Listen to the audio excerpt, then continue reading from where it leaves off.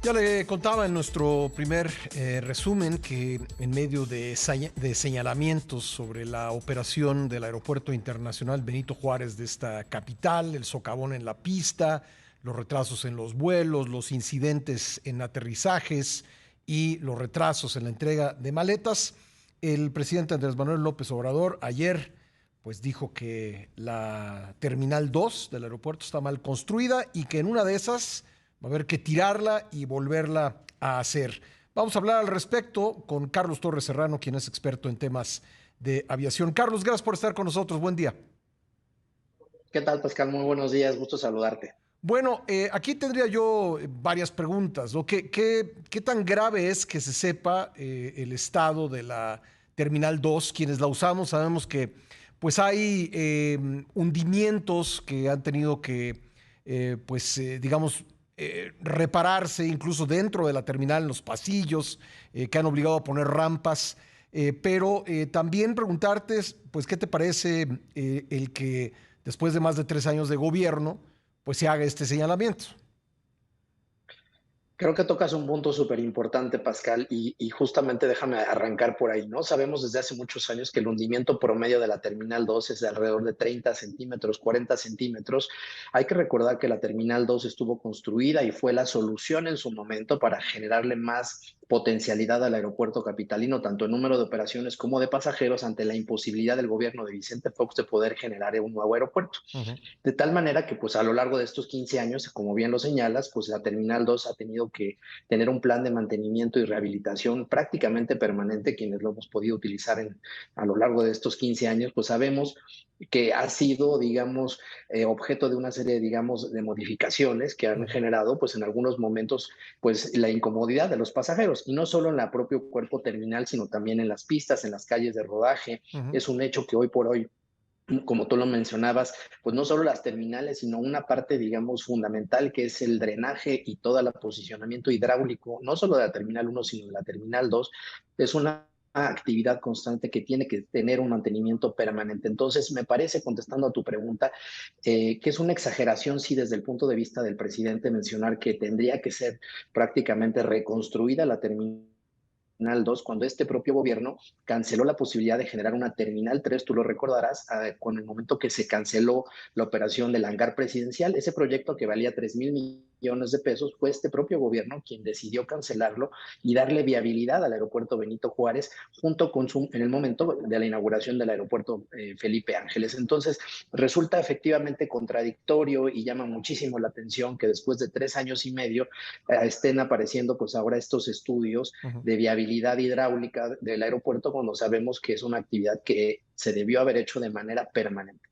Ahora, como nos cuentas la historia de la Terminal 2, siempre fue una solución temporal en lo que se construía un nuevo aeropuerto, ¿no?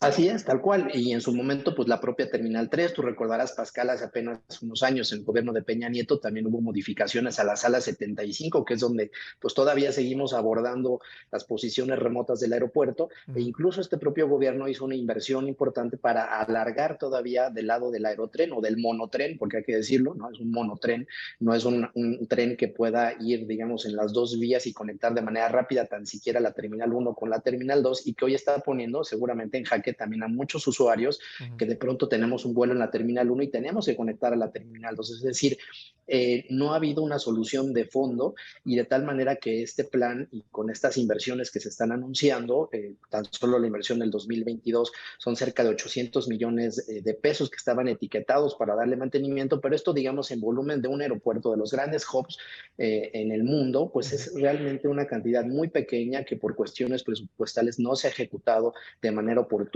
y por eso es lo que estamos viendo, estos baches o este cráter, que también me parece que es una exageración, de un mantenimiento que se está haciendo en la peor temporada del año, que es la Ujú. temporada de lluvias, y en las peores semanas, Pascal, que son estas justamente 3 semanas que estamos viviendo, donde Ujú. mayor volumen de operaciones y pasajeros hay a nivel internacional. Mi siguiente pregunta sería, se afirma con insistencia que el gobierno está dejando caer el aeropuerto Benito Juárez, sus dos terminales, para poder incentivar el uso del Felipe Ángeles. ¿Tú crees que hay datos para sustentar algo así?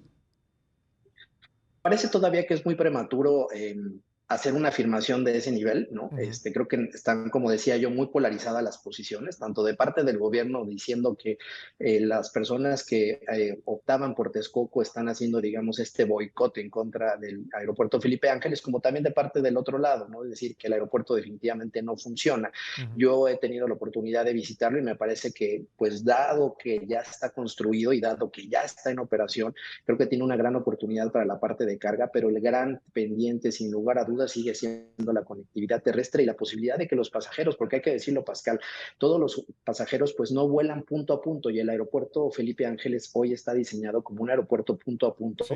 de tal manera que si tú tienes que llegar de un vuelo de Tijuana a Santa Lucía y después hacer un vuelo a Mérida, pues no necesariamente vas a encontrar la conectividad que sí logras encontrar en el aeropuerto de la Ciudad de México, Ujú. que cabe señalar que a pesar de todas las críticas, a pesar de todas las quejas que tenemos todos los usuarios, sigue siendo el hub más importante de toda Latinoamérica, por encima de Brasil, y en tercer sitio está el aeropuerto de Cancún. Le agradezco mucho a Carlos Torres Serrano, experto en temas de aviación, que me haya esperado en la línea para seguir conversando sobre los problemas en el aeropuerto Benito Juárez. Y también, Carlos, si me permites preguntarte sobre el tema, sobre pues este primer trimestre de la inauguración del aeropuerto Felipe Ángeles. Ayer hubo una información, pues no sé, parece contradictoria, pero tú me dirás.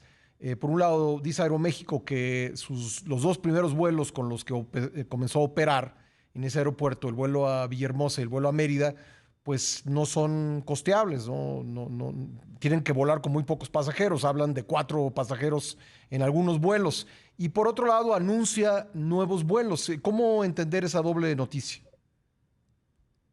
Así es, Pascal. Hay que recordar que, digamos, este segundo paquete de incremento de frecuencias por parte de Aeroméxico ya había sido anunciado previamente, de tal manera que más bien la noticia es justamente la que tú comentas, la cancelación de operaciones del aeropuerto de Cancún y de Villahermosa por de la falta de capacidad, de la falta de pasajeros, ¿no? No por oferta de la aerolínea, sino por la falta de usuarios, que cabe señalar que también esto se suma, digamos, a la imposibilidad en el caso de Volaris, que también había anunciado, tú recordarás, la intención de volar hacia Estados Unidos desde el aeropuerto Felipe Ángeles, pero tenemos la degradación de categoría por parte de la Agencia Federal de Estados Unidos, Ujú. con lo cual, pues digamos, este crecimiento y esta falta de comercialización aeroportuaria es un hecho que se está viendo pues ya en estos resultados que en realidad son muy bajos para el volumen de operaciones que se tiene previsto y que se planteó por parte del propio aeropuerto Felipe Ángeles. Cabe recordar que hoy las instalaciones están preparadas para asumir hasta 20 millones de usuarios. Para tener un comparativo, el aeropuerto de la Ciudad de México tiene 50 millones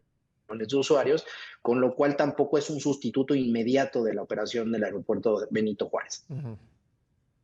Eh, bueno, pero en ese sentido es un problema, tú nos decías, no, hay un problema de que el aeropuerto Felipe Ángeles hasta ahora ha sido un aeropuerto punto a punto, es decir, es difícil hacer escala ahí y volar a otro lado.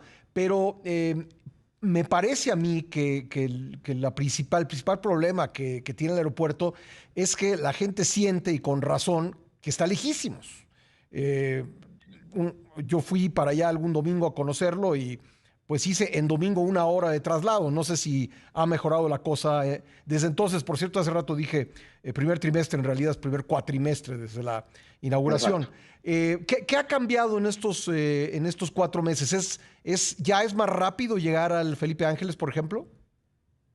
La distancia en realidad, pues digo, esa sigue siendo la misma. Las aplicaciones de taxis, por ejemplo, por aplicación, pues te dan la posibilidad de poder llegar allá, pero pues no hay quien te regrese. Creo que en ese sentido, la falta de tener un transporte, digamos, multimodal y convertirlo en un centro logístico, como sí lo es el aeropuerto de la Ciudad de México, le Ujú. falta todavía mucho al aeropuerto. Lo que yo comentaba en el momento de la inauguración es que sí, nos puede parecer pues muy digamos, efectivo, digamos, el trabajo que hizo la Secretaría de la Defensa para lograr tener el aeropuerto en tiempo, como el presidente lo anunció, pero normalmente los aeropuertos, Pascal, se van comercializando tanto con los destinos como con las aerolíneas. Y este trabajo comercial es una actividad que se está haciendo prácticamente posterior a la inauguración del aeropuerto y por eso es una de las razones por las cuales vemos que no hay suficiente demanda y las aerolíneas tampoco están teniendo un interés particular ante la falta de conectividad terrestre. Y déjame darte otro ejemplo, no solo el de las aerolíneas de pasajeros, también las aerolíneas de carga, como tú recordarás que en su momento estuvieron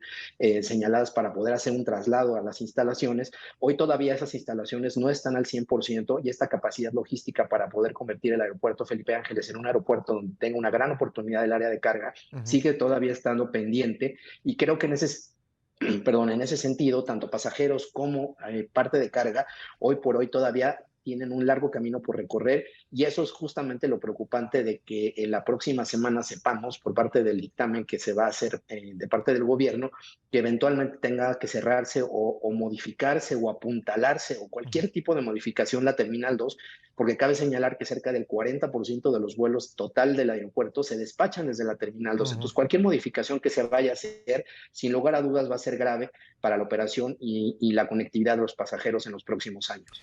Pues lo estaremos viendo y lo estaremos comentando, Carlos, comentando contigo si nos haces el favor. Muchas gracias por haber estado con nosotros esta mañana. Un gusto, Pascal, y seguimos comentándolo. Gracias, Esperamos el gracias. dictamen de la siguiente semana. Exacto, exacto. Gracias. Carlos Torres Serrano es especialista en temas de aviación.